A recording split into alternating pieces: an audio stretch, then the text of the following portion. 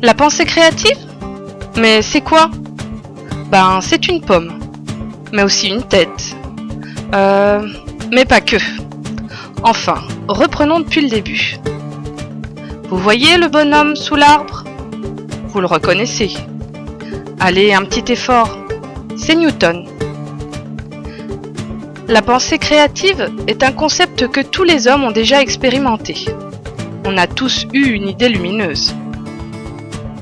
La femme de Cro-Magnon se plaignait toujours qu'il faisait noir dans sa grotte et qu'elle ne pouvait pas cuisiner correctement. Là, c'est la première phase de la pensée créative. On veut faire quelque chose. Il s'est ensuite couché pour y réfléchir et a laissé son esprit y penser.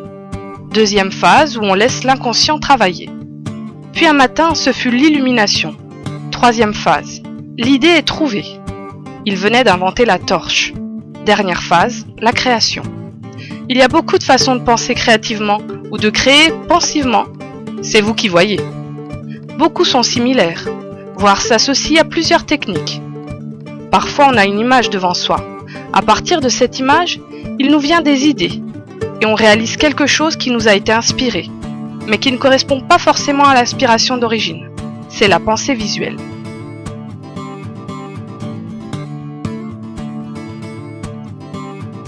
Quelquefois, on se réunit, on met toutes ces idées en tas, et après on fait le tri. C'est la méthode du brainstorming.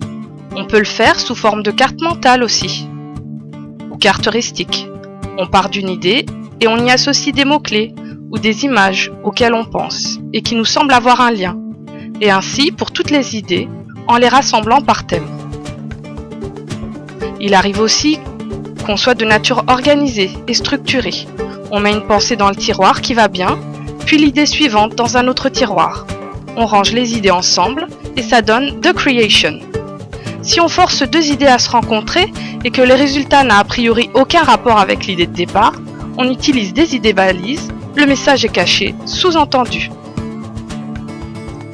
Quand on met sur la table toutes les pensées qui nous viennent, qu'elles soient politiquement correctes ou non, quand on étudie toutes les pensées qui sortent du lot, c'est la pensée latérale, dont Édouard de Bonneau est l'inventeur. En fait, la pensée créative, c'est simple. On pense, et puis on crée. Il suffisait d'y penser.